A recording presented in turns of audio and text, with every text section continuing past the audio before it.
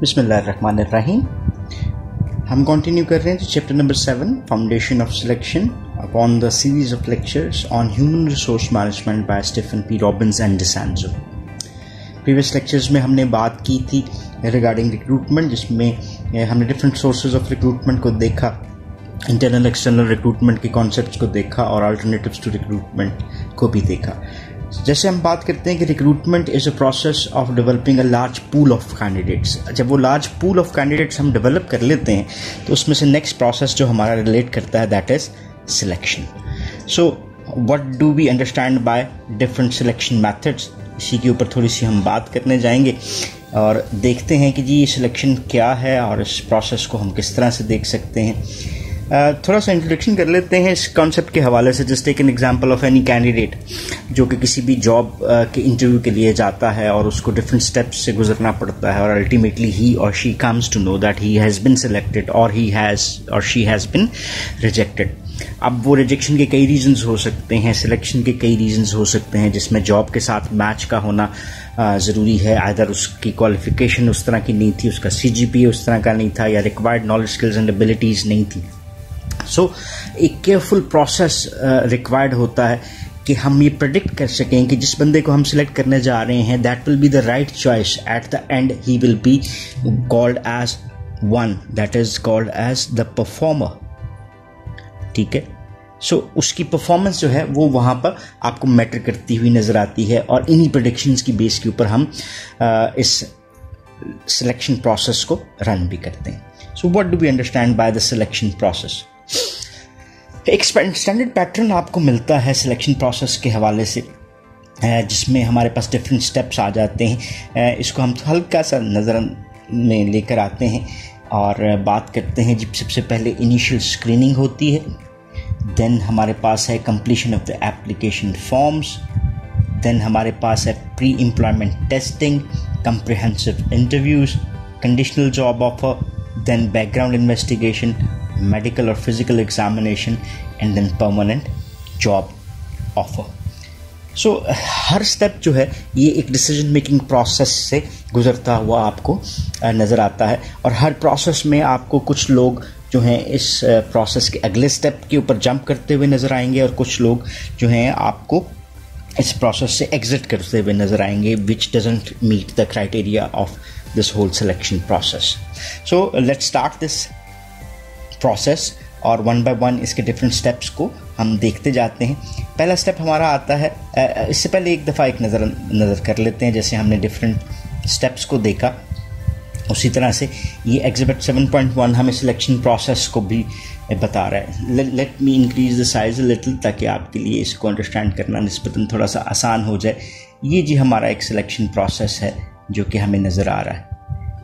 यहाँ पे जी हमारे पास पहला स्टेप जो नज़र आता है that is initial screening. Initial screening में जो लोग पास हुए वो कंप्लीटेड एप्लीकेशन फॉर्म की तरफ यानी सेकंड स्टेप पे चले गए, और जो fail to get the minimum qualification वो आपको किधर नज़र आते हैं? रिजेक्शन की तरफ नज़र आते हैं। कंप्लीटेड एप्लीकेशन फॉर्म में जो क्राइटेरिया पे पूरा उतरते थे वो एम्प्लॉयमेंट टेस्ट की तरफ चले गए, और जो एप्लीकेशन में क्राइटेरिया को पूरा नहीं करते थे वो क्या हो गए? अगेन रिजेक्ट एप्लीकेंट की तरफ चले गए। एम्प्लॉयमेंट टेस्ट में जो पास हैं वो कम्प्रिहेंसिव इंटरव्यू की तरफ चले जाते हैं, फेल टेस्ट वाले आपको रिजेक्शन की तरफ जाते हुए नज़र आते हैं। Then it comes with the comprehensive interview. जो लोग कम्प्रिहेंसिव इंटरव्यू में पास हो जाते हैं they might get a conditional job offer, और जो इंटरव्यूअर को इम्प्रेस नहीं कर पाते या जॉब एक्सपेक्टेशंस को मीट नहीं कर पाते they are again rejected in this whole process.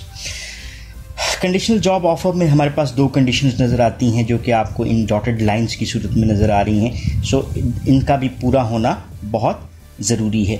अब ये कंडीशंस जो हमारे पास अप्लाई होती हुई नज़र आ रही हैं उसमें पहली चीज़ क्या आ गई? That is termed as background examination. If required ये कंडीशनल है। जो कुछ ऑर्गेनाइजेशन जैसे जो गवर्नमेंट जॉब्स हैं और many organisation might go for background examination, और अगर आपको बैकग्राउंड एग्जामिनेशन में कोई प्रॉब्लम नज़र आती है, लाइक क्रेडेंशियल्स की हम बात कर लेते हैं, हम बात करते हैं एजुकेशनल बैकग्राउंड की, हम फाइनेंशियल बैकग्राउंड की, प्रीवियस जॉब की बात करते हैं, अगर उसमें कहीं पे आपको प्रॉब्लम्स इनकाउंटर करती हुई नज़र आती हैं तो एप्लीकेशन रिजेक्ट की जा सकती है. So he might be considered as a rejected applicant. If he passes तो फिर वो कंडीशन नंबर 2 की तरफ चला जाता है, और कंडीशन नंबर 2 आपकी, ये कंडीशन नंबर 1 बनी हमारे पास, और ये क्या बनी जी, कंडीशन नंबर 2.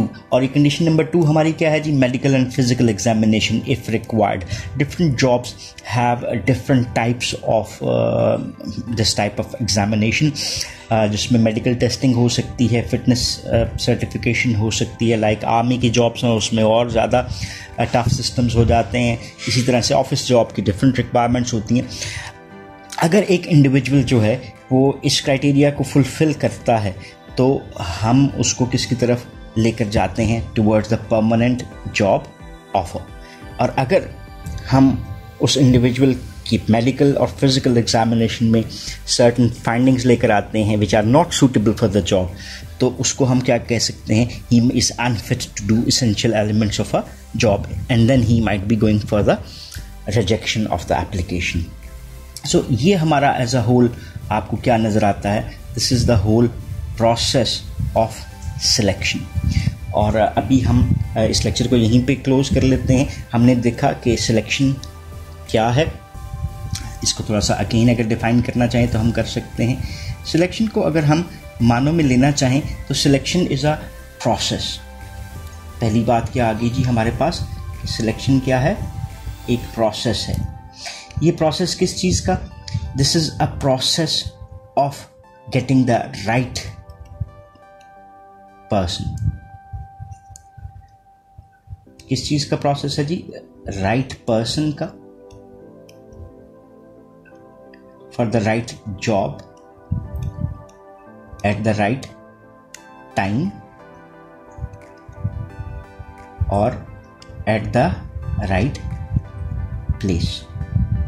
यानी हम जो हमारे पास मोस्ट सूटेबल पर्सन है उसको वो among the pool of applicants जो कि हमने रिक्रूटमेंट के प्रोसेस में बनाया था, उसमें से बेस्ट पॉसिबल कैंडिडेट को सिलेक्ट करने की कोशिश कर रहे होते हैं. सो नेक्स्ट लेक्चर्स में हम बात करेंगे कि ये जो सिलेक्शन के डिफरेंट स्टेप्स हैं वो क्या होते हैं और उनकी डिटेल को समझने की कोशिश करेंगे.